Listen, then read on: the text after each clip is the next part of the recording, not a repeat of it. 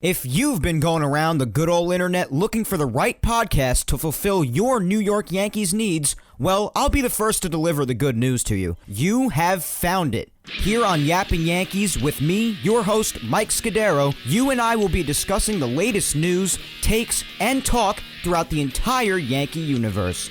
Oh, and there may be some ranting on my behalf. Yeah. Anyway, what do you say we get to it? Let's get to yapping! Well, hello there, my fellow Yankee fans, and welcome to episode 158 of the Yapping Yankees podcast, where we yap about the Yanks and nothing but the Yanks.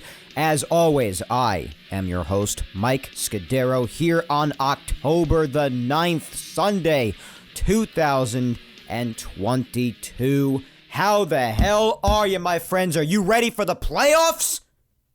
Because I am. We have a lot to talk about today, guys. A lot. Between what's ahead, what's happened this past week, just a lot on the docket for today. My goodness. And it begs the question, where do we even start? Well, why don't we start with the first word in the episode title, being history. It was tough to find a title for today's episode because it's about looking ahead to the playoffs right around the corner.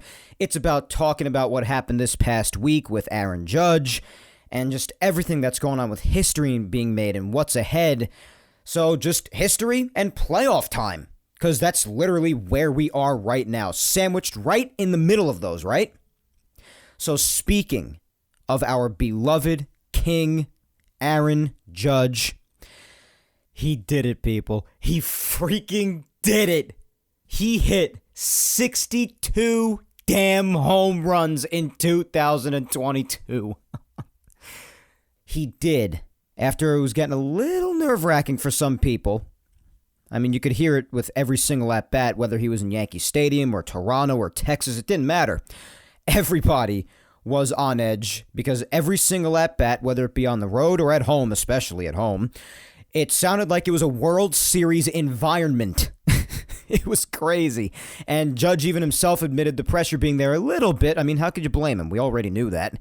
How could you not feel pressure naturally as a human being given those circumstances? It was chaos. Like I've been saying for a couple of weeks, every at-bat, pure chaos. And to add on to the pressure, people were even more hyper-focused on him because that was really the only thing left of value in the final stretch of the Yankee season, because they had already clinched the East in Toronto. So the season was meaningless aside from his record chase. Well, he came up to bat in Texas. Second to last game of the year. Starting off the game, second game of the day on Tuesday in the doubleheader, game 161. And Aaron Judge, to lead off the game, hits a deep fly ball to left. Number 62. I couldn't believe it when it happened. I unfortunately did not get to see it live because on Tuesday I was working late. Thanks to my job. I have told you guys how crazy my job is now as of these last 7 to 8 months since I was promoted to it. But I was keeping track live, pitch by pitch, on the MLB app on game day. And you best believe that I erupted in the office and disrupted everything right when I saw in play run or runs. I went absolutely nuts. And I actually was listening on the radio. So I was listening and keeping track pitch by pitch, but I was just not watching it live. But I went just about as crazy as anybody. I could not believe what I saw. I was getting a little nervous too because, of course, after that second game of the doubleheader, the only game that remained was the next day. On Wednesday, game 162, he was making it interesting there. And absolutely incredible. Just a surreal feeling. Watch that ball just soar out of the ballpark like that. I can't even describe what I felt. I'm sure most fans can't. Absolutely incredible. Second to last game of the year, and he is now officially our new American League single-season home run king. The American League, people, is over 120 years old. For those who don't know, very early 1900s it started, around I think it was 1901. 120 years old, more than over 120. And now Aaron James Judge has homered more than anybody in the American League's history in one season. It bears repetition until you turn blue in the face. It is remarkable. Like I've said, it is once in a lifetime stuff. It cannot be appreciated enough. Absolutely incredible. And like John Sterling said on the radio, like Michael Kay said on the television, case closed. It's done. He passed Maris's record. And by the way, I do have to give a lot of credit, especially because I'm pretty hard on him sometimes when it comes to his radio calls, because he has definitely almost made me drive off the road a few times in the past. But John Sterling, his call was really, really good. He had a great call on the radio. If you haven't listened back to it, then hit it up on social media and listen to it for yourself.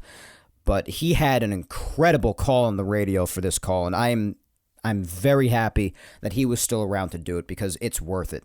He really had a great call on the mic on Tuesday night. Really, really did for number 62. And it's got to be incredible for someone of his age, or even just someone who was around to watch Maris break Ruth's record 61 years ago, and to now watch this in 2022 as well. Watch Judge pass Maris now after you might have watched Maris pass Babe Ruth all those years ago.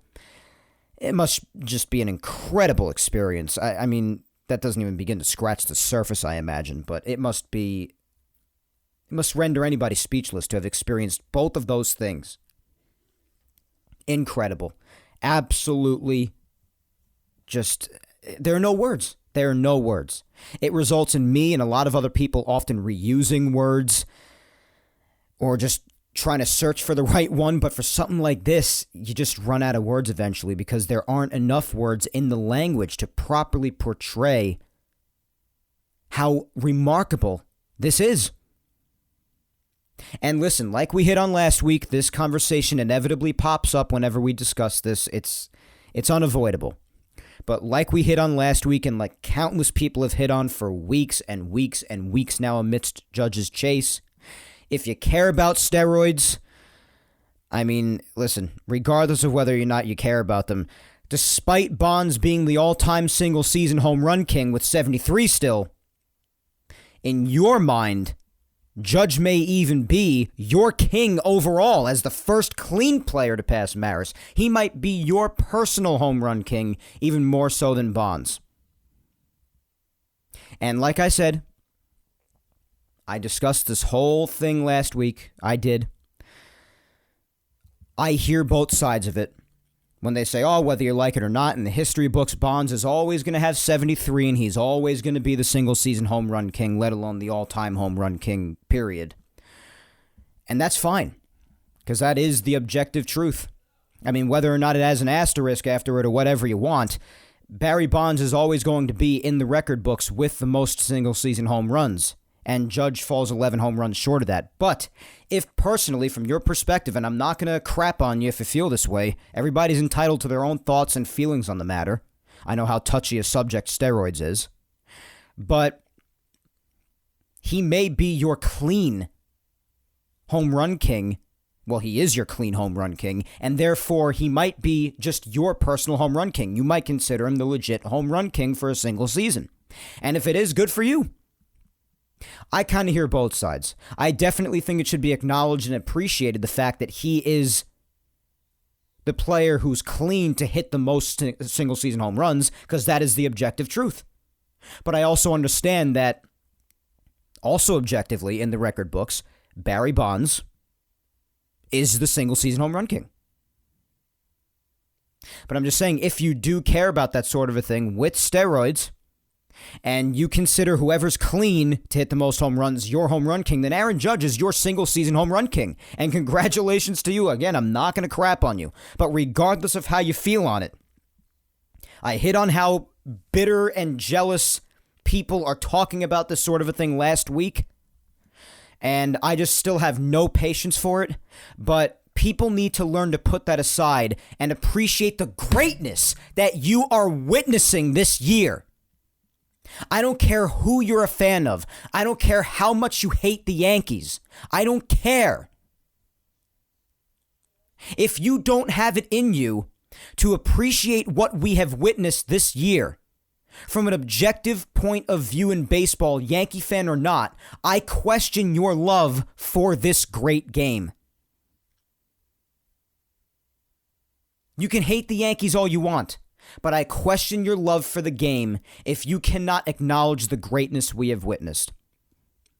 And honestly, guys, also from an objective point of view, I know I've said objective so many times, you probably want to slam your head through drywall, but just hear me out. Other than Aaron Judge, just thinking about it without accounting for your bias for whoever you root for, who else in baseball is about as likable and respectable and talented all wrapped into one? Who is more so all of that than Aaron Judge when you really sit and think about it? Who would you rather have if you had to pick any player in baseball? I mean, is Aaron Judge not one of the best candidates, if not the best candidate to achieve something like this? Given how respectable he is, given how talented he is all around. Not just with the bat, which is, of course, where this accomplishment mainly stems from. It's an offensive accomplishment. But you even account for how great he is defensively, the leader he is in the clubhouse, the respectable force he is overall off the field. Who else are you picking to do something like this? Who else would you rather see? I mean, of course, depending on who you root for, you'd, of course, rather see a player on your own team do it if you're not a Yankee fan. I understand that. But what I'm saying from an objective point of view, if you're just speaking about baseball in general, if you had to watch an opposing player on an opposing team accomplish something like this, I mean, who better than Judge? What's with the bitterness and jealousy about it? I don't understand it. Are you that unable to put your bias aside and your pettiness aside and your bitterness and jealousy aside? Albert Pujols is great. He hit his 700th home run this past week. I didn't try to devalue it or anything. He's a great player. One of the best of all time. Greatness is greatness. That's just the fact of the matter. And you got to appreciate it when you watch it. These are milestones that we may never see again. And if we do see them again, they're not going to be for a long time, most likely. You're talking about Pujols hitting 700, finishing with 703. Talking about Judge hitting 62 home runs in a single season clean. You're talking about Miguel Cabrera earlier in the season, getting his 3,000th hit. This has been a remarkable baseball season overall, but especially when you account for these rare milestones that we've gotten to see, all in 1 year. In a season that could have gotten totally destroyed if the CBA lockout went much longer. Fortunately, it only went a week, and we were able to postpone the games and make up for them on off days and double headers, and they got all 162 in. But could you imagine how tragic that could have been if much more time was missed and any less than 162 was played? When you look at it in hindsight and what we were able to watch, and what we were able to watch, if this season didn't teach you how to put your bias and pettiness aside for the sake of greatness, I'm not sure what season's going to teach you that lesson. Whether it be Miguel Cabrera, Pujols, or Judge. Learn to appreciate what you have watched, what you've gotten to witness, what you're going to be able to tell all the future generations about. Like what our grandparents have been able to tell us about what happened many years ago. We're going to be able to now do the same thing for the future generations, whether it be for Miguel Cabrera, Albert Pujols, Aaron Judge, for 2022. When you really think about it in the grand scope of things, when you look at all the players in baseball right now, you really sit and think, when's the next time we might see any one of these three milestones? And you go, holy crap, it might actually be a while, if ever, in my lifetime. People have to learn to appreciate it more. And in the Judge case, I even had someone going on and on about, oh my God, well, how can he not hit 62 home runs? He plays in a little league ballpark. Well, there are just so many fans out there who are just not ready for the conversation over the fact that Yankee Stadium is really actually not as hitter-friendly a ballpark as they might like to go along with thinking. You know, it's around the halfway point when it comes to all 30 stadiums. It's around the halfway point as far as being hitter-friendly. Because really the only real easy hitting part is right down the right field line with the short porch. And a chunk of right field, I'll give him that. And right down the line in left. But if you look at Yankee Stadium when approaching like the Yankee bullpen, or especially when you go really far beyond, or just a little bit beyond, straight down the left field line, and especially when it comes to the visitors' bullpen, which is 399, and really to left center field in that garage area, and to dead center. I mean, those are deep parts of real estate over there in Yankee Stadium. And Aaron Judge is a righty. You know that Aaron Judge is also basically averaging this year, he averaged around 400 feet worth in home runs? I mean, that's ridiculous. That's not being aided by a hitter-friendly ballpark. One of his shorter home runs came on the road. And by the way, speaking of the road, he actually hit more home runs on the road this year than he did at home. But no, people will do everything they can to discount any great thing that happens, so long as they don't like it. They will do or say anything to take the value away from such a great achievement. And it's sad. Even when there's evidence to debunk what they're saying, well, they just go along with the crowd, you know. They see the short porch and everybody's calling Yankee Stadium a Little League ballpark. I'm going to call it a Little League ballpark too because it's the Yankees and I hate them and I want to be petty. Can't appreciate somebody hitting 62 home runs. Get over it. And maybe actually do a little bit of research so you don't sound like a complete bozo. But those people are probably not ready for that conversation. I mean, this is Aaron Judge who hits nukes like it's going out of style. I mean, what the hell are we doing here? Trying to discount Aaron Judge over here. What are we doing? Just appreciate it. I understand there are always going to be people out there, regardless, you know, there are going to be people out there who are just incapable of appreciating it and they just don't want to because they hate the Yankees that much, or maybe for whatever reason they don't like Judge personally. I don't really know why they wouldn't. There's not much to dislike about the guy, if at all, but whatever, I guess they have their reasons. So, if you don't want to appreciate it, then fine, just stay miserable then, and I guess just get hyped for when your own player does it. But it's just something that should objectively be able to be enjoyed and appreciated and honored and remembered forever. Because it's 62 home runs, guys. 62 home runs. I don't care where you play. I don't care. It's incredible, especially when you average the amount of distance on home runs like Judge has, when you've actually hit more home runs on the road than home this year. I mean, what excuse are you going to use at that point? It's remarkable. Like the Yankees or hate them, like Aaron Judge or hate Aaron Judge, what he did this year was a season that we may very well never witness again. Especially from someone who has not eventually been caught with steroids, at least as of now. Just appreciate it and honor it because this is incredible. And the only thing that can make it even better is, of course, with a ring at the end of it, right? But just in case Aaron Judge's record-breaking home run wasn't enough history for you this past week, yeah, also another reason why I had to just include history in the episode title somewhere, because Aaron Judge's history, that would be enough to last anybody a lifetime probably, but no, it didn't even end there. Because despite his continued inconsistency to finish off his blah regular season, I would call it, it's a pretty good term to describe it, Garrett Cole, he actually provided a record-breaking moment of his own.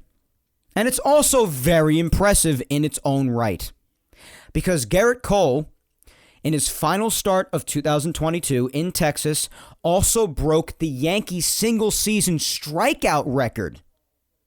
And it was on the same night, by the way. Same night as Judge did what he did. And that is an incredible accomplishment, people, because think of all the great Yankee pitchers through the decades. There have been a lot of them through all the past decades, the last century. And Gerrit Cole has now struck out more people in a single season than any of them. He only trailed the previous record holder, Ron Guidry, Louisiana Lightning, by 5 in 2021 by striking out 243, because Guidry had struck out 248 for the record. And now, 1 year later, he said, I'm going to strike out 14 more this year and hit 257. I mean, this, like I said before, Judge, and the fact that they both happen on the same night. And then also, like I said before, you account for Pujols hitting 700 and finishing ultimately with 703 in his resurgent season and in the last season of his great career. Miguel Cabrera earlier in the season getting his 3,000th hit. Remarkable. The history that we have witnessed. Absolutely incredible. It leaves me without many words. It really, really does. Incredible. So a lot of history being made this past week. I could not be happier about Aaron Judge's 62nd home run. I truly can't. Aaron Judge is by far my favorite modern-day Yankee. I have my other Yankees that I love a lot. Giancarlo Stanton, a few others. But there couldn't be a better person to do it in my mind. There really couldn't. And that truly is putting my Yankee bias aside. I really mean it. Try not to laugh at me. I really cannot think of many better people, if anybody, to do this than Aaron Judge. He's deserving of it. The durability this season that he's shown in his second year in a row, and his consistency, even in a time where pressure was probably as high as any player has had to deal with in a very long time, he just kept his head down and just got the job done. And he broke the freaking single-season home run record for the American League. And as far as clean players, broke it, just period. If you care about that. And like I said, there's only one more thing left to do. Do the same thing that Maris and the Yankees did in 1961 when Maris broke Ruth's record. And that's win the damn World Series. And speaking of the World Series, and the path to getting there being the playoffs overall, why don't we start to look a little bit ahead? Because, like I said, that's basically what this episode consists of, really appreciating what we witnessed this past week. And we'll talk about some Yankee news before we move on ahead. Just looking back on this past week and then talking about what is ahead. What's ahead for the Yankees? I'm recording this episode real early Sunday because I have somewhere to go later today. But yesterday, the Yankees' opponent was set for the American League Division Series. Hell of a wild card round so far. The Guardians swept the Rays out of the wild card series, finally winning that second game yesterday. Oh my God. It took 15 innings. I mean, I'd rather watch 25 innings of a baseball game rather than have the runner on second horse crap. But 15 innings for someone to do something. A walk-off home run hit off Corey Kluber for the Guardians. And they finally were able to win that game yesterday 1-0, eliminating the Rays and moving on to the division series to take on the Yankees. How about the other American League wildcard series, huh? How about those loudmouth Blue Jays winning Game 2 8-1? And then in spectacular fashion, blowing the game and losing to the Mariners and getting eliminated at Rogers Center. Declared Vlad Guerrero Jr.'s house just a couple of weeks ago. They lose in humiliating, collapsing fashion to the Mariners 10-9 to get eliminated. Now let's see. I tweeted this yesterday, but I do enjoy the occasional recap. So let's look back on things. Since Vlad Guerrero Jr. declared Rogers Center his house after walking the Yankees off in the first game of their last series together in the regular season. Let's see. The very next day, they allowed the Yankees to clinch at Rogers Center. The day after that, they surrendered Aaron Judge's 61st home run at Rogers Center. And now, in the playoffs, They, in a game, they were leading 8-1 in, lose 10-9, and get eliminated in Rogers Center in front of their own crowd. Before the season, they also had another statement, pretty sure it was Vlad Guerrero Jr. as well, saying that last year was just a trailer to their talent and their abilities and what we're going to see out of them. And that this year was going to be the movie. Well, what an anticlimactic ending for them, huh? Oh my gosh, what an embarrassment for them. My God, can it get much worse than that? So the Mariners are moving on to face the Astros in the other American League Division Series. Even though I'm sure it won't, hopefully this experience humbles the Blue Jays a little bit. And the Yankees and the Guardians, well, they're going to kick things off on Tuesday night with the ALDS. But first off, let us get to some Yankees news heading into the playoffs, because this is a big deal. A couple of things to announce. Not really much news from this past week, especially given it was a short week, at least games-wise, because after last Sunday, it was just Monday, Tuesday, and Wednesday, and Tuesday being the doubleheader. So just a couple of pieces of news. First thing being that off of the injured list, the 60-day IL, came Miguel Castro. So Miguel Castro's back, and he was a little bit wild in his outing in Texas. Gotta say, did not miss him much at all. Of course, I'm glad when players return from injury because I'm not rooting for anybody to get hurt. But just strictly from a pitching standpoint, gotta say, did not miss Miguel Castro or his wildness on the mound much at all. But to clear roster room for him on the 40-man, because he was coming off the 60-day injured list, they DFA'd Chichi Gonzalez, and since then they did outright him to the AAA roster, so he did not have to leave the Yankees ultimately, but he is off the 40-man nonetheless to make room for Miguel Castro. And on Tuesday, there was an official announcement on Marinaccio. You remember last week on Sunday when I was in the middle of recording, he had left the game because of his shin problems, and we had gotten an update while I was recording that it in fact was a shin issue that Boone said he had been dealing with since July. But on Tuesday, after he had gotten an MRI, there was some more official feedback as to what they planned with him, and it was announced in rough fashion, because nobody wanted to hear this, especially considering it was an injury that they said he had been having issues with since July. It seemed like it was going to be something that he might have been able to play through. But it turned out to not be the case, because the MRI revealed a stress reaction in his shin. And according to Jack Curry, Boone did say, speaking of us thinking that he could have maybe played through it, Aaron Boone did say, when reporting on this official news following the MRI, that Marinaccio did want to try and pitch through this, so he could, of course, be a part of the postseason roster. Marinaccio has, of course, played a big part in the Yankees' success this year, so of course he would want to. Can't blame him there. But the Yankees said, no, sir. We would rather you take some time off and come back fully fresh if we are still in on things, because we want you as healthy as possible for such a vital time like the playoffs. So they did place him on the injured list, and he is not going to be around for the ALDS. So if the Yankees do make it to the CS, if they do make it past the Guardians, then we could see Marinaccio again. It is not a guarantee. Seems pretty likely that we will, but it is all but certain pretty much. I mean, it is certain that we are not seeing him in the American League Division Series. So that really sucks. And that, of course, does leave another roster spot open as far as the roster crunch is concerned.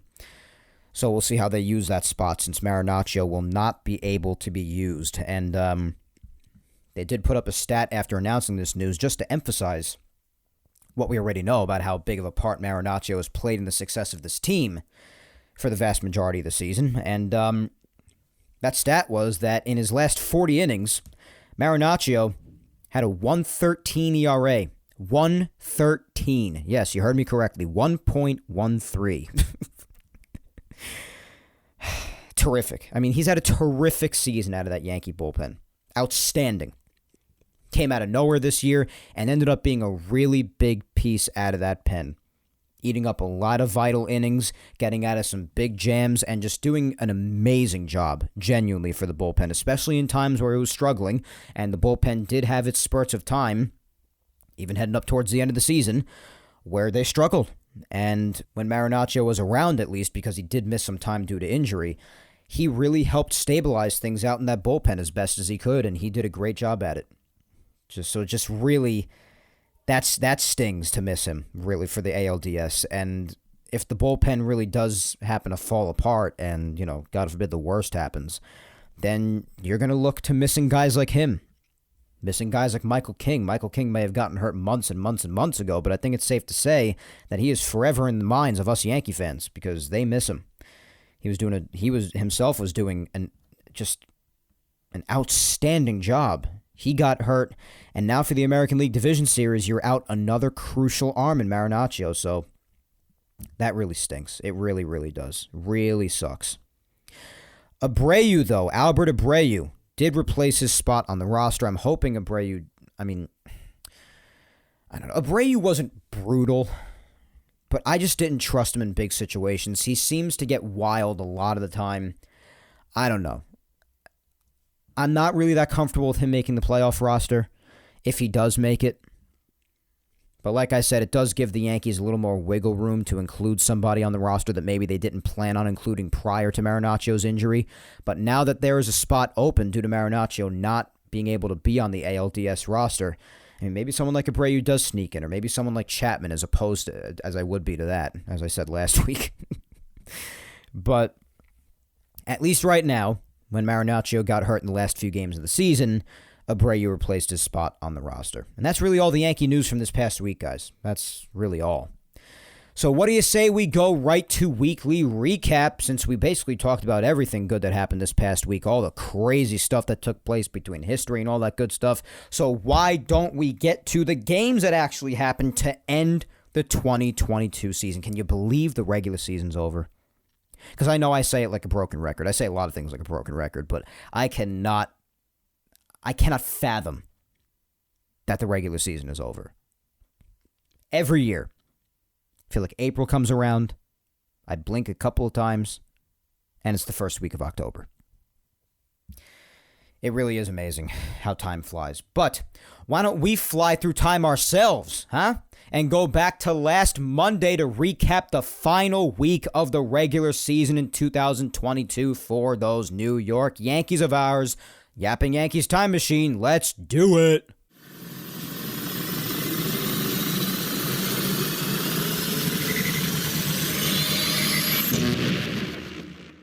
Well, my friends, like I said before, this recap is probably going to be a little bit shorter than most because there were only really 4 games this past week. Games number 159, 160, 161, and 162 in Texas to end the Yankee season. After we spoke last Sunday, that game had wrapped up already. So there was really only the Texas series. After last weekend's series wrapped up against the Orioles, the Yankees did lose that game 3-1 to the Orioles to end their regular season at home. And since they did not win that game, they tied the record for the most wins in a single season they've had in the new Yankee Stadium. Still an awesome accomplishment. Still a great season at home, 57-24. So great job to the Yankees. Fantastic home play this year. And they would move on to Texas, which again, on top of this past week's weekly recap probably being shorter because it was only 4 games. But aside from Judge's home run chase, like I said earlier in the show, the games are meaningless because the Yankees had clinched in Toronto already. And they couldn't change their spot in the playoff bracket. They weren't catching Houston, and nobody was catching the Yankees for the second best team in the AL record. So the Yankees were staying the number 2 seed in the American League. That wasn't changing for better or worse. So the games were completely meaningless. They had no meaning whatsoever, no value. So we'll just breeze through these, I guess, aside from the moment where Judge did what he did, of course. Monday's game was started by Luis Severino, and I do have to spend a second on this because this start was probably the best Luis Severino start we have seen in years. Of course, unfortunately, the vast majority of Luis Severino's career so far, it's just an unfortunate truth, has been spent on the injured list, especially as of the last couple of years. And it really is a shame because that's always been the problem with Severino. Not his stuff, really. Nothing like that. Nothing on the field, really. It's just always been his inability to stay healthy. He has no durability, and he has just gotten so many injuries, often one on top of the other. And he even missed a big chunk of time for months this year due to injury. And a chunk of it wasn't his fault because the Yankees put him on the 60-day IL and delayed his return more towards the beginning or middle of September when he could have been back sooner than that. But I think it's safe to say that with this start, the ramp-up has gone fine, and I think he is playoff ready. The Rangers may not be the best of teams, but what he did is impressive against just about anybody because Luis Severino pitched 7 not only shutout innings, but 7 no-hit innings. And they took him out of the game, and there was some controversy about this. Oh, how could you take him out with a no-hitter, this and that? I got to tell you, I do criticize the Yankees and Aaron Boone's moves here and there, as any fan should, because not every move's going to be good or right. But this was the right move. And because you just need to have your priorities straight. If you don't agree with this, then I just don't think you have your priorities straight. Because his pitch count was already a bit high. It was around 90. To complete the no-hitter, he probably would have to go way over 100. And he's only had a handful of starts, barely, since coming back from a multi-month injury. And to me, and I love watching history, whether it be no-hitters or anything else, as much as the next person. Please keep that in mind as I say this. But to go for a personal accomplishment in a meaningless game, where especially in someone like Severino's case, you could very well risk injury if you were to tax their arm like that so soon after coming back from a multi-month-long injury, it's not worth it. When you account for what's ahead. The playoffs are a week away.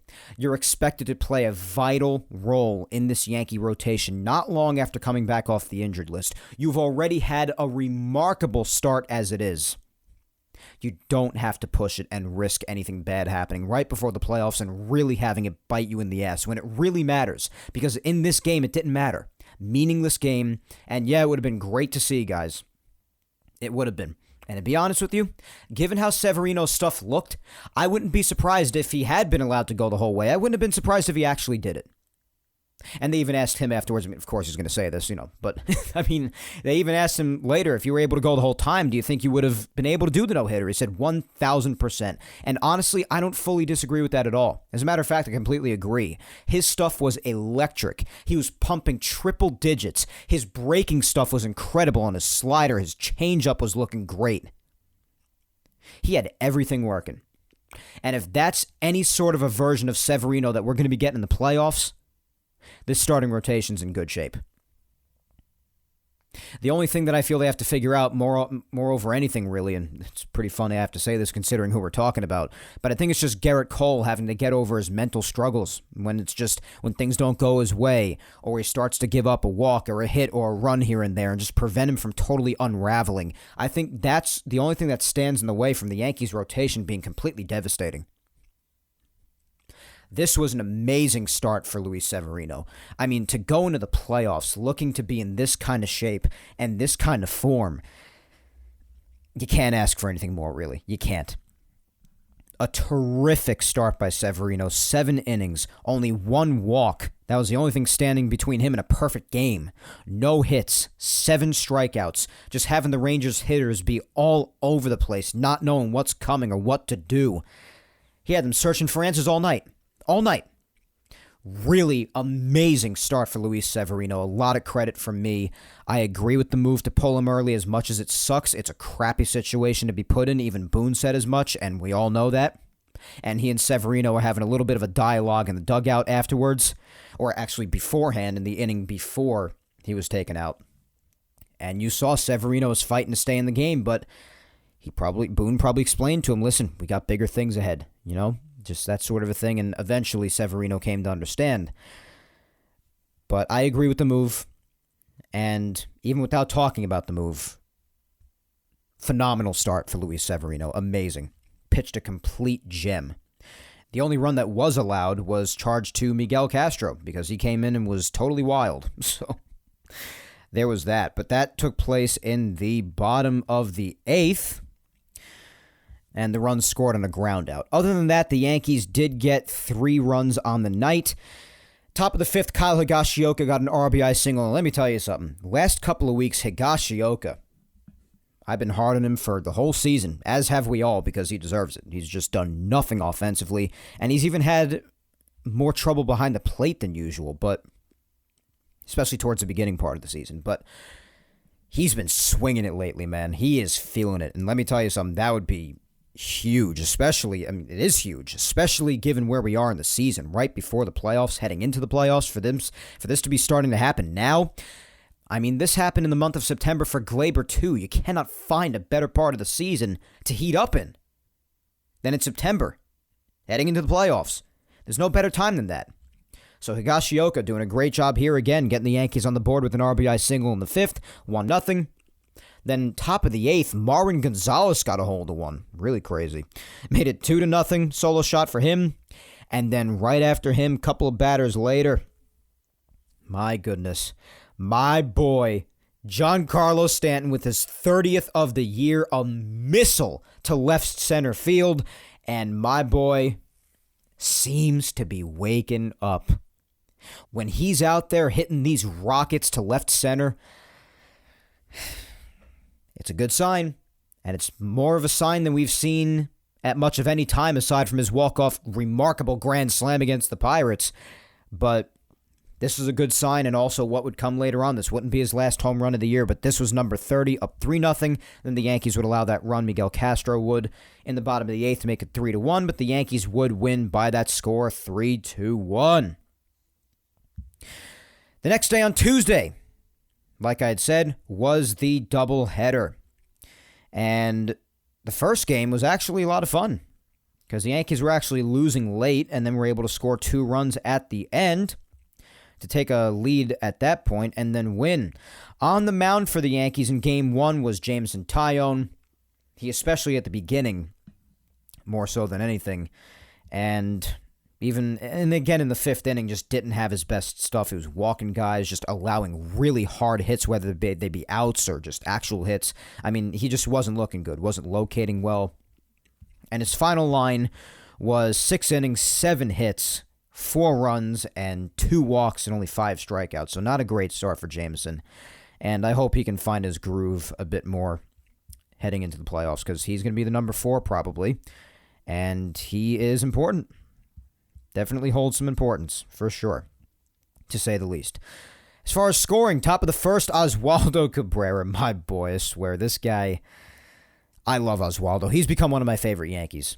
When I spoke about my favorite Yankees being Judge and Stanton and a few others, well, Oswaldo Cabrera falls under the category of a few others because he just does it all. Even the bat has come around the last bunch of weeks on top of the phenomenal defense. He does it all. And he's only been up for about a month or 2. He hasn't been here a while, and he's already shown all that he can do. When he fully develops, he's going to be something else. He better stick around for a while and be on every playoff roster. But he opened things up with a solo shot, 1-0. Then in the bottom of the 1st, Jameson gave that run back and allowed the Rangers to take a lead on a 2-run single by Josh Jung. Then in the top of the 2nd, the Yankees would come back and tie it on Oswald Peraza's first major league home run, showing impressive power to left field. Congrats to the kid. I love when the kids play. We all know that. And that was awesome to see out of Oswald. Congratulations, kid. First major league home run. Hell of a moment for him. Hell of a moment for Yankee fans to witness. And hopefully this is just the beginning of the greatness of Oswald Peraza. Top of the 5th, Marwin contributing again. What the hell is going on? RBI single makes it 3-2. Then in the bottom of the 5th, Jameson gave it back again. Taillon giving up a 2-run shot to Adolis Garcia. So that made it 4-3. Then the top of the 8th, those 2 runs, Yankees coming back again. Like I said earlier, they came back. Kyle Higashioka again. 10th home run of the year, continuing to swing it good. 4-4. Solo shot, all tied up at 4. And then after that, Harrison Bader. RBI single giving the Yankees a 5-4 lead in which they would win by. So the Yankees grabbing the first 2 games of the series. Game 3 of the series, Game 2 of the day. Doubleheader was on Tuesday again. On Tuesday night, Game 2, Garrett Cole took the mound. He went 6 innings, allowed 6 hits, didn't walk anybody, gave up 3 runs, 2 of them earned, and struck out 9 in his quest for the 257 total strikeouts to now officially own the Yankees single-season strikeout record, which, again, we spoke about in the beginning of the show. Awesome stuff. A lot of history made on Tuesday. And, by the way, that unearned run was because of an error by Donaldson in the 5th inning, in case you were wondering if you don't remember. But along with Cole doing that, obviously, as I said earlier, Aaron Judge to start the game off. The Yankees would unfortunately go on to lose this game 3-2. You would have liked for them to win given everything that happened this night between Judge mostly and even Garrett Cole's single-season Yankees strikeout record. But they would end up losing, but it did get off to a great start. I mean, the best start you could possibly imagine, because the game started off, like I said earlier, leading off with Aaron Judge with his home run to left field, his 62nd record-breaking home run. That gave the Yankees an immediate lead at the start and gave everybody in the world a very remarkable moment to remember forever.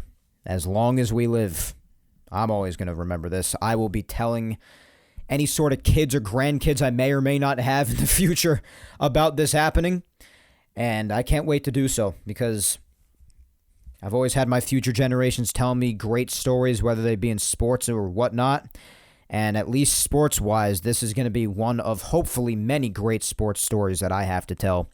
I already have a bunch. I've witnessed a lot in my 15 years as a Yankee fan and baseball fan in general already, and even in the other sports, but this is definitely towards the top, if not at the top.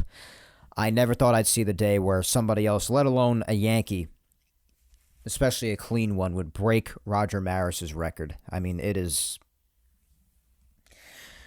I'm just going to give up on trying to find words, because I can't. Nobody can. Nobody can. All they do is just...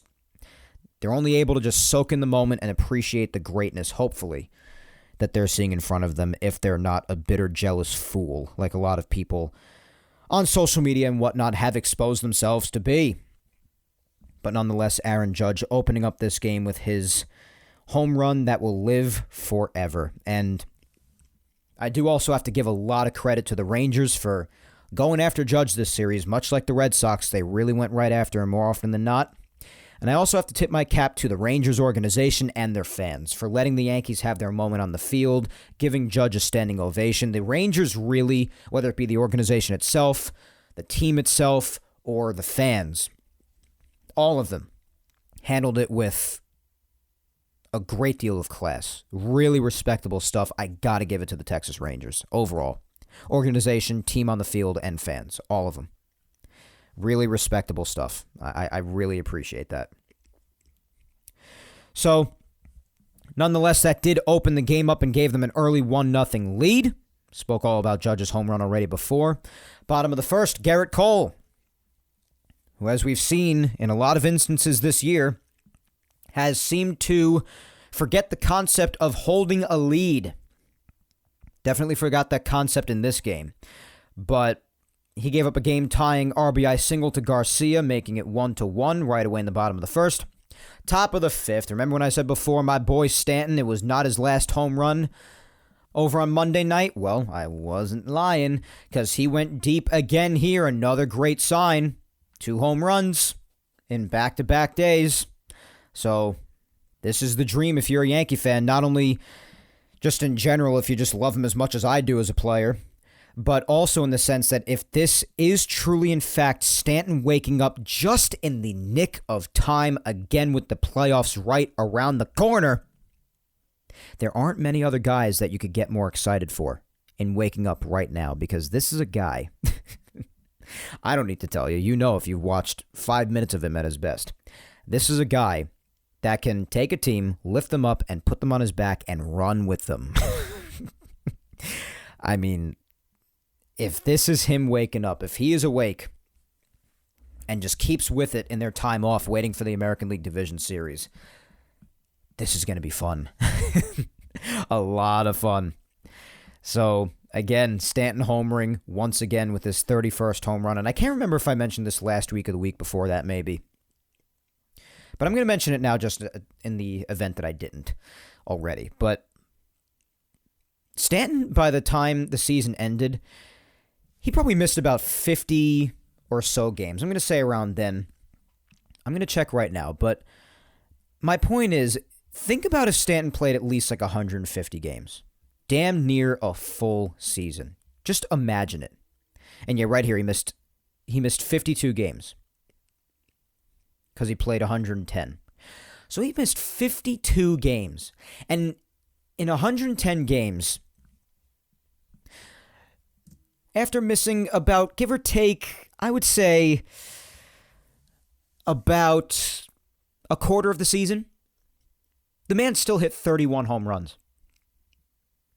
And a large chunk of the time that he did play was the struggling he experienced after coming off the injured list. So if he had consistent playing time and good durability and stayed on the field, could you imagine?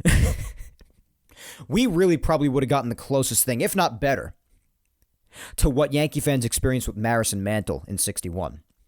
When Maris hit his record-breaking 61, and Mantle was right there chasing him for it, ended up hitting 54, the two combining for 115, the M&M boys. This season, you could have had Judge with 62, and with a full season, I have no doubt in my mind that with durability and consistency, Stanton could have had himself maybe 45 to 50 home runs, especially when you give him the numbers of having played a full season, 31 home runs in 110 games. If you give him 150 games, he's got to have at least 45-ish, 50-ish home runs. And at that point, you're pretty damn close to what we got with Maris and Mantle 61 years ago. I mean, just think about it. So it's unfortunate he had to miss as much time due to injury and taking as much time as he took to get his timing and everything back, but he really seems to be waking up, like I said, at the perfect time, people. Unfortunately, in the bottom of the fifth, Cole, again, in the bottom of the fifth, would not be able to hold another lead, again, partly thanks to Josh Donaldson, because he made his error. But nonetheless, Cole still gave up a go-ahead 2-run shot to Taveras, so that made it 3-2 Rangers, and they would go on to win by that score. So it sucks that on a record-breaking game the Yankees had to lose, but other than that, the game's meaningless, obviously. And in the final game of the season, on Wednesday, after history was made, Judge hit 62. This game was as meaningless as it gets. So on the mound for the Yankees was Herman. He would go 4 1/3, allowing 7 hits, 4 runs, walking 1, and striking out 6. The Yankees would get 2 runs on an RBI single in the top of the second by Higgy. Another hit for him. Big hit, 1-0. After that, Herman would allow a tie game, Culberson hitting a solo shot in the bottom of the third.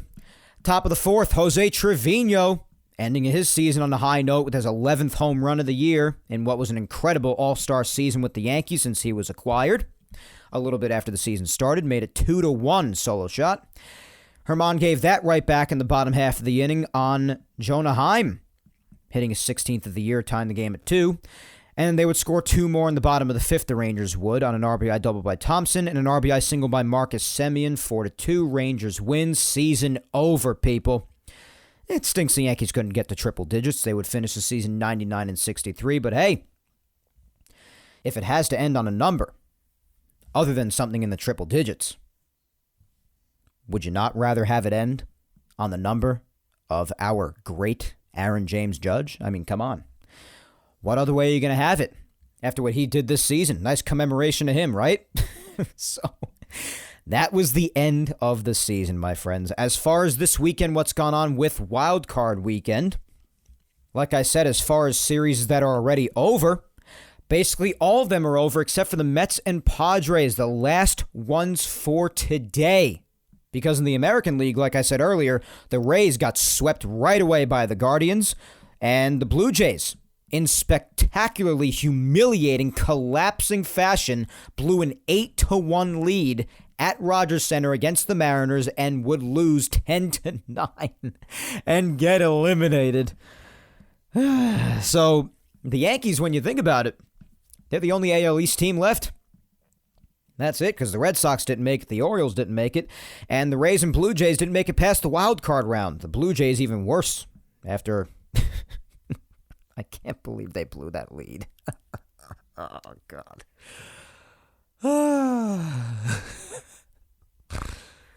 It's just funny. It really is. It's funny considering all the talking they did, and, oh, God, it's hysterical. And over in the National League, like I said, the Mets managed to live to fight another day after winning 7-3 over the Padres last night. Things were looking iffy for them again in the middle part of the game, but they managed to score some runs late, which has been in short supply lately for the Mets, and managed to win 7-3 and move on. And the Phillies were able to hold on despite a late Cardinals rally in St. Louis and sweep the series in St. Louis. The Phillies. This is something I didn't expect. I thought the Cardinals were going to take care of them. This surprised me. But instead, the Phillies, after sweeping the series in St. Louis in the best-of-3 wildcard series, are moving on to the NLDS to face their divisional opponent, Atlanta Braves. Isn't that amazing? I sound like John Sterling. Isn't that amazing, Susan? But, I mean, really, isn't that crazy? I did not think that the Cardinals were going to lose to them. That really surprised me. If I had to say the series that surprised me the most, aside from, of course, the Blue Jays blowing their lead, I cannot mention that enough, but it's got to be this series. I really did not see that coming. I really didn't. I mean, the Cardinals were factually the better team. At 93-69, they finished the season, and the Phillies were 87-75. And just overall, I like how the Cardinals are just constructed more. I'm really surprised. Yeah, but the Cardinals only scored 3 runs in the first game and didn't score any yesterday. Bryce Harper making his presence known in the second inning, big home run. And then Kyle Schwarber hitting a sac fly in the top of the 5th, so all it took for them. And despite a late rally for the Cardinals, the Phillies were able to shut it down. Really crazy stuff. So all series other than one was just swept in 2 games, best of 3. One of the teams won the first 2, and that was it. Only the Mets and Padres are going to a Game 3 that's taking place later this afternoon in a few hours, much later after I'm going to be done recording. By the time this episode's out later tonight, that game will probably be over. I'm probably going to release it a couple of hours after the Padres and Mets game ends, if I had to say. It'll be out later tonight like usual. And you could listen to this at any point later in the week, as well as you know. But, yeah, then after that's done, guys, as far as what's ahead, I usually do what's ahead after the weekly recap, but we're in playoff time now, so there's just only a few, certain games ahead on specific days and specific rounds. But the only thing that's left after the Mets and Padres games is, and when the Yankees start to play again, is on Tuesday the 11th. That starts the division series in the AL and the NL. But for the Yankees specifically, the first game will be played on Tuesday the 11th. Yankees and Guardians, series starting at Yankee Stadium. Of course, the Yankees have home field advantage. So if the series is to go all 5 games, the series will be played 2 in Yankee Stadium, then 2 in Cleveland, and then the last one, Game 5, in the Bronx, obviously. Wednesday will be an off day for the Yankees and the Guardians. They'll come back on Thursday the 13th.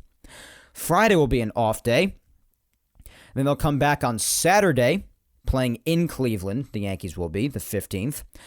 They'll be right back at it on Sunday, playing in Cleveland, if necessary for Game 4. And if necessary for Game 5, they will be right back at it despite traveling, which is weird to me. I would think that they would go Tuesday, Wednesday, off day on Thursday for travel, Friday, Saturday, and if Game 5 is necessary, off day Sunday for travel, and then Monday, Game 5. But they just decided to opt for Saturday, Sunday, Monday straight through if all 5 take place. So then if it goes to a 5th game, right after playing on Sunday despite the travel, getting right back at it on Monday and playing Game 5 on Monday the 17th. So that's what's ahead for the ALDS, guys, as far as the Yankees are concerned. And next Sunday, if Game 4 is necessary, that is the next time we'll be speaking next too. I have to imagine it's probably, especially because it's the Yankees mainly, going to be a night game. So if that's the case, I'll be recording beforehand. And I'll do sort of a game preview, and I'll make sure to have the episode out before the game starts. I'll try my best. But nonetheless, that's what's ahead, guys. Tuesday, Thursday, Saturday, and if necessary, Sunday and Monday for the ALDS for the Yankees against the Guardians. It's set. We'll see what happens. And speaking of that ALDS, that's exactly what our social media segment includes, and we're going to get to that right now since we just finished up the weekly recap. So let us get to that social media segment to round out this really fun show. I'm having a good time. I hope you are too. But a lot of talk between the history, what happened this past week, talking about what's ahead for the ALDS, prepping for it. Now we're going to make predictions in the social media segment when it comes to the ALDS. What do you think's going to happen, guys? Quite frankly, that's the question, because what else is there to ask, really? I mean, that's really all that matters at this point. What's ahead for the American League Division Series as the Yankees get ready to take on the Guardians? That's really all that anybody's thinking about. So quite frankly, very easy social media segment this week. Just a question. The ALDS is set. Who wins and in how many games out of the best of 5? I'm going to try to read as many replies as I possibly can, as many predictions as I possibly can. I'll tell you right off the bat right now, though, I got my prediction in line, and my prediction is the Yankees winning in 4. If you remember last week, I don't remember if I specifically said this, but in the case that I didn't, I'll say it again. I really didn't care what the ALDS matchup would be based on what happened in the wild card series, because there's really only one team that I truly fear more than anybody else, especially in the American League, and that's the Astros. I think the Yankees could beat anybody else. So whether it would have been the Guardians or the Rays, or if the seeding would have been different, anybody else, whether it be even the Blue Jays or even the Mariners, I think the Yankees can beat any of them. I think of all those teams, the Mariners are the best ones, but I think the Yankees could beat any of them. And now that it is the Guardians, I will stick to that statement and say the Yankees do beat them. I do think the Guardians will win a game. I won't be surprised if the Yankees sweep. I'll be very surprised if the Yankees lose the series at any capacity. That'll shock me. I truly do think the Yankees are a better team than any of those other teams I mentioned. Any of them. So I do think that they're going to defeat the Guardians, and I do think that it's going to be in 4 games, which of course would result in the series ending on the road. Wouldn't be too surprised if it went to Game 5, but I do have the Yankees winning no matter how many games it goes. But I am going to say Yanks in 4. That's my prediction. So let's get to some of your replies before we wrap up for today. First up is at BritX94 saying Yanks in 5. All right. I'd be fine with that as long as the Yankees win. At KVLNYY says, I think Yankees in 4. That's what I'm saying.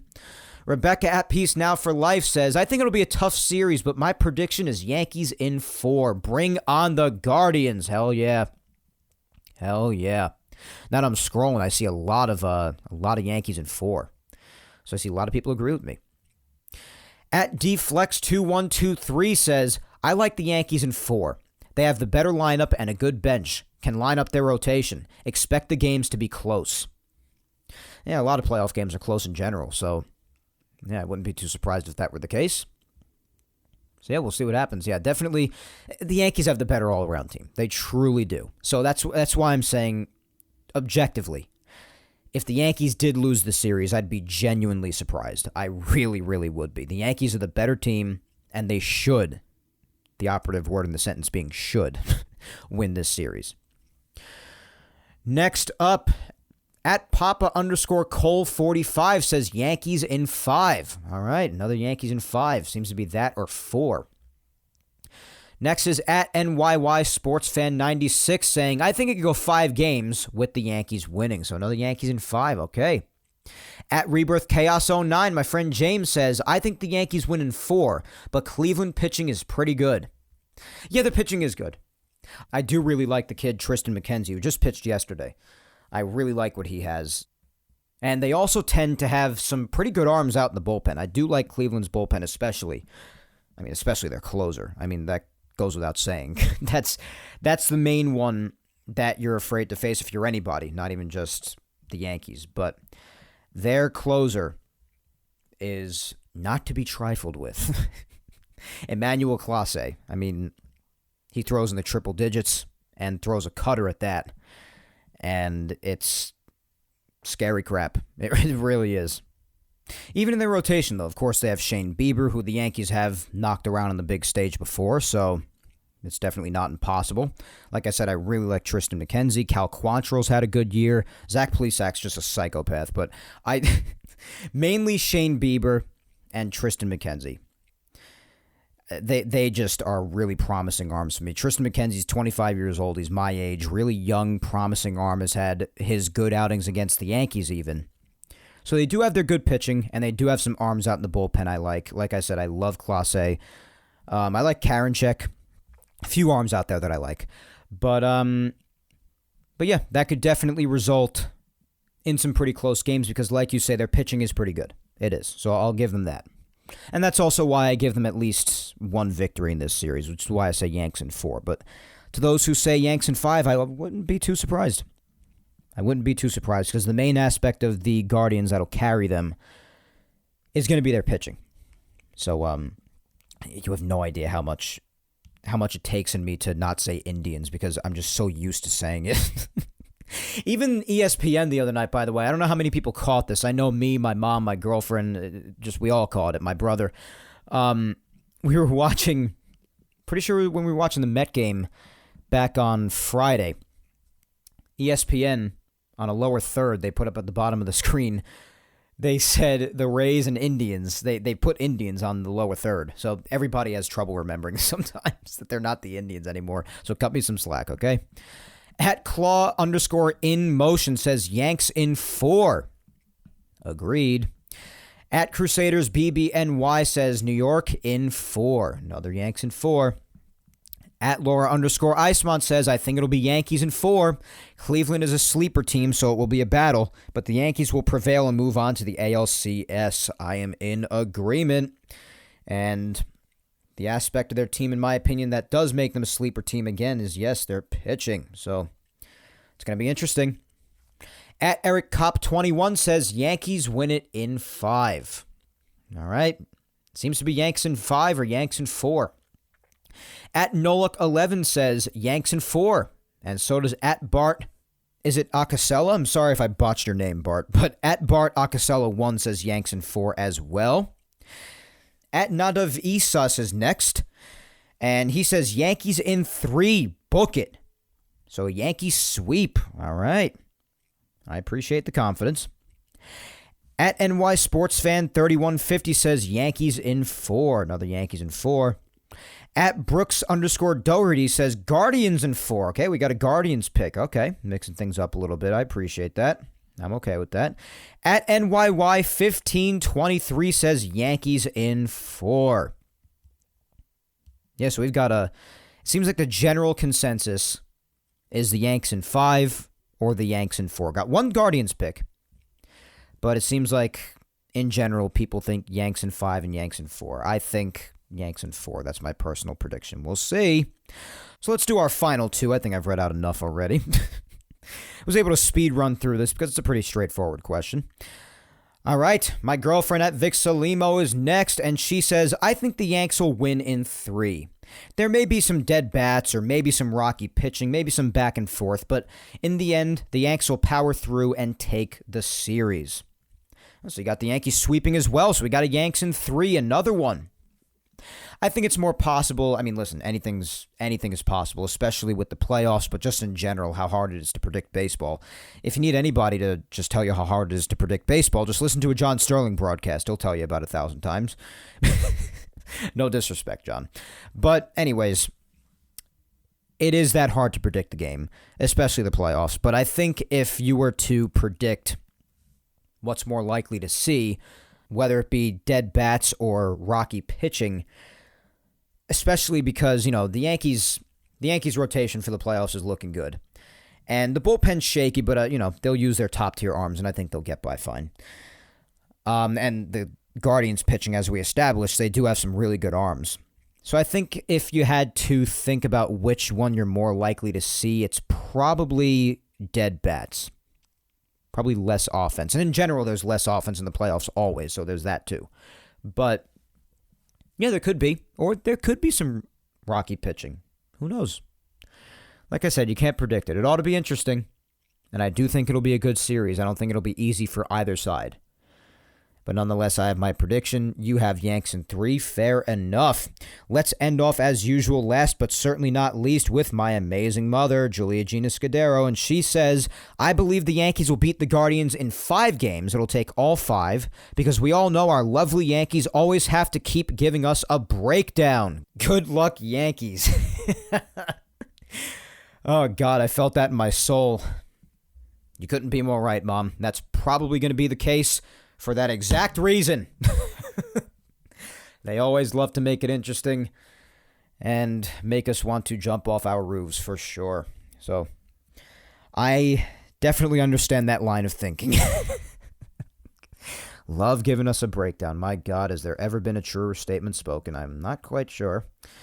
But that is all, guys. Those are all the predictions. Thank you so much for interacting with the social media segment. As always, if I did not get to you, I am sorry, as usual.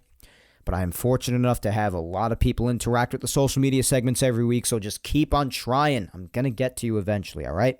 But to all of those who did interact with it, I appreciate you to the ends of the earth. You know that. Love you to death.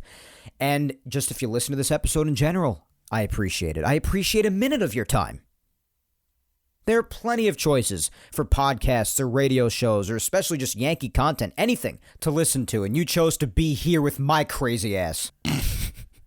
And I cannot tell you how grateful I am for that and how grateful I am for you sticking with me for another season of coverage. That wraps up another regular season's worth of coverage here on Yapping Yankees, guys. And over the next month, it's going to be another year of baseball overall once the playoffs are over, officially covered.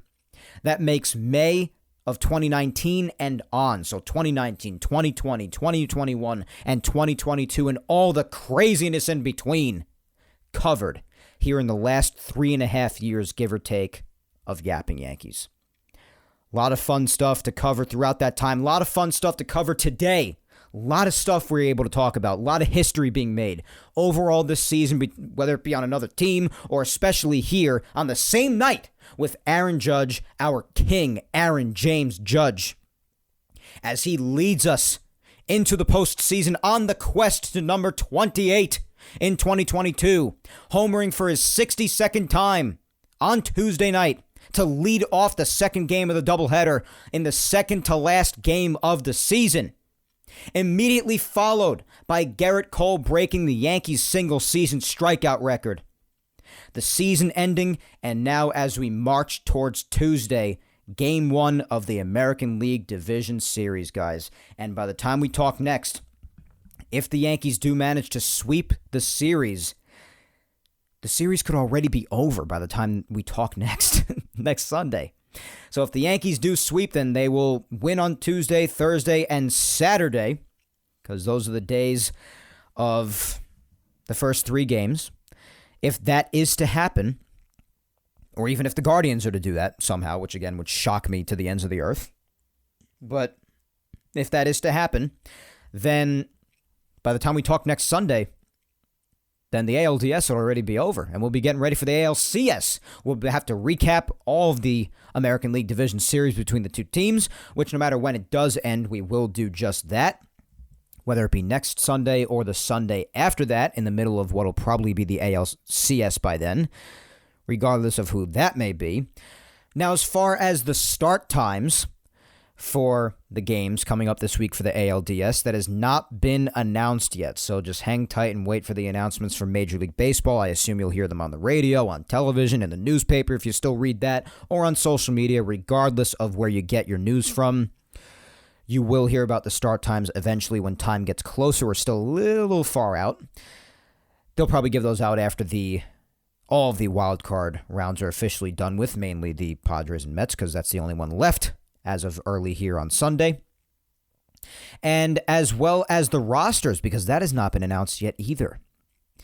I assume the organizations, especially the ones like the Yankees, who were able to wait back for their opponent after the wild card series were all done with, I assume they have taken their sweet time, as they should, because they've earned that time, to strategically piece together their American League or National League division rosters, as the Yankees probably have, And we'll probably be getting that in the next day or two. We don't have it right now, so we don't have that or the start times for the games, so I can't provide either of those for you as of the time I'm recording right now here on Sunday, early in the day.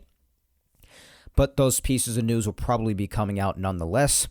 And at the risk that the American League Division Series could be over by the time we talk next Sunday, in all likelihood it'll probably still be going on in Game 4.